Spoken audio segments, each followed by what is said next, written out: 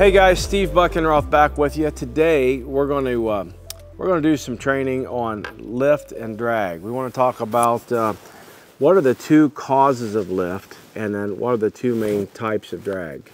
And of course, we'll break those down even further. So the FAA recognizes lift comes from either the Bernoulli principle or Newton's equal and opposite reaction, Newton's third law.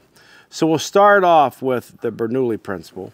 And in the PHAC, the pilot's handbook, Bernoulli's principle is defined well in chapter 4. They give us a nice drawing.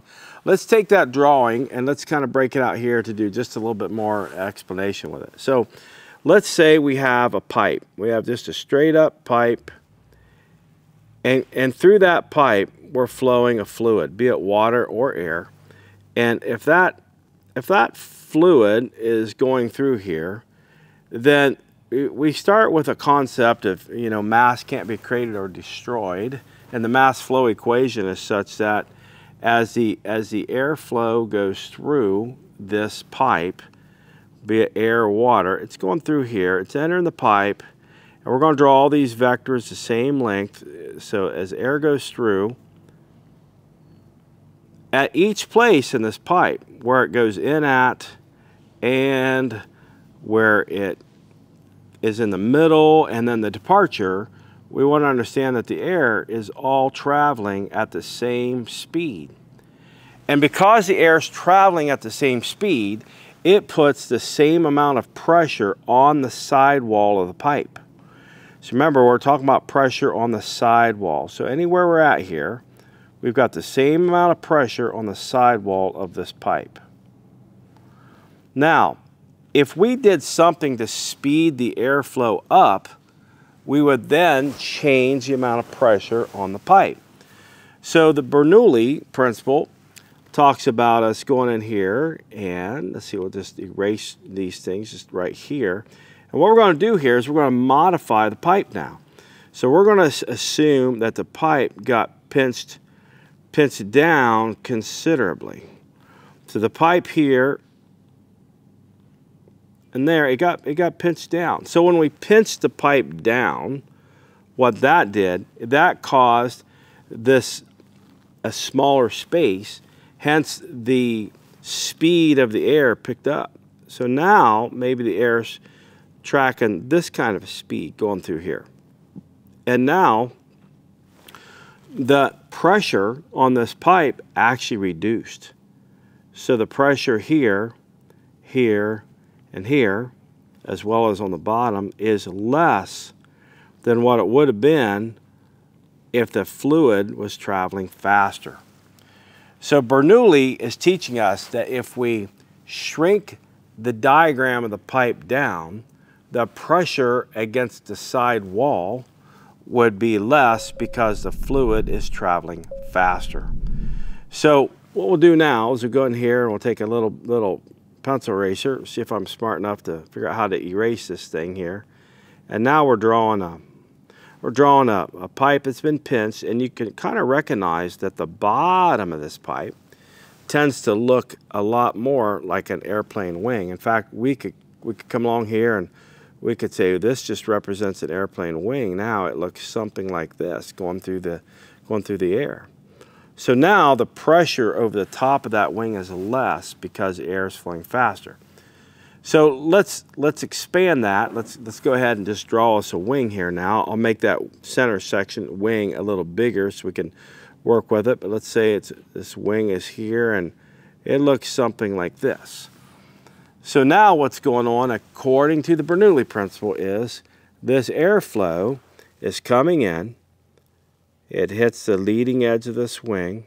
It splits, goes around it, and stays tucked in tight to the wing. It's right against the wing, and it's going down like that. And then this other one comes in. It splits, goes around the wing. Laminar flow comes in, gets caught up in on that faster moving air, and it comes down like that as well. So the fact that the airflow went faster over the top of the wing creates a lower pressure, and the wing wants to lift. So what's going on underneath the wing, the wing is subjected to atmospheric pressure. So under the wing, we've got atmospheric pressure pushing up on it. These little red indicators are supposed to be of all roughly the same size here. We're trying to indicate we've got pressure lifting below the wing, atmospheric pressure, and above the wing, we actually still have pressure down on the wing. It's not this. A lot of people think it's that this pressure look like that. No, it's really not. What we've got here is pressure still down on the wing, but the pressure down on the wing is less than the pressure below the wing. So we've got a net pressure difference, hence that's why the wing wants to lift and fly. So the first part of lift that we just completed would be the Bernoulli principle. So Bernoulli's principle is all about the airflow over the top of the wing going faster than the airflow over the bottom of the wing, than the airflow under the bottom of the wing, creating a net pressure and giving us lift, a net upward pressure. Okay, now, the second part that we're doing is called equal and opposite reaction. And I really can draw that on the same one. So we'll just kind of put that equal and opposite reaction right here beside Bernoulli. We could call it Newton or third law, or we're just going to call it equal and opposite reaction right here. Equal and opposite. So now on the equal and opposite reaction, what we've got, and we already showed this, so I'll kind of just use a highlighter tool to see if that can't help us out with this a little bit.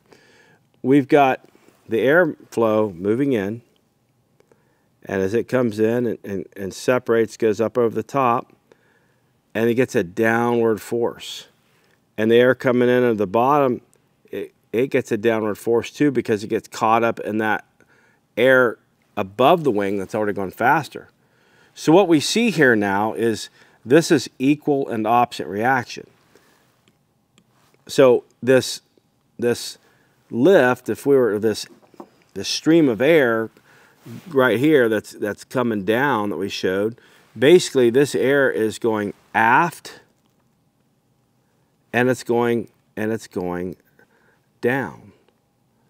So the resultant vector is aft and down. Well, the equal and opposite reaction would be a vector that's forward and up. So we get lift. We'll just kind of break that over here to the side. We get lift that's pushing that wing up. So we get the airflow goes over the top of the wing. It goes aft and down. The wing pushes the air aft and down. The air pushes the wing forward and up. So those are the two causes of lift as described by the FAA. Now, you'll go to other authors, and there's authors out there that don't believe in the Bernoulli principle. They have the reasoning for it, and they think most lift is created by equal and opposite reaction. There's others that tend to believe that Bernoulli is where most of the lift comes from. The way I work it in my mind, and it's not me telling you this is the way, but I can tell you that as we go faster, we have a lower angle of attack. And with me having a lower angle attack and faster, more lift comes from Bernoulli. But if we slow down, we're trading speed for angle attack. And when we trade speed for angle attack, more and more lift is coming from equal and opposite reaction.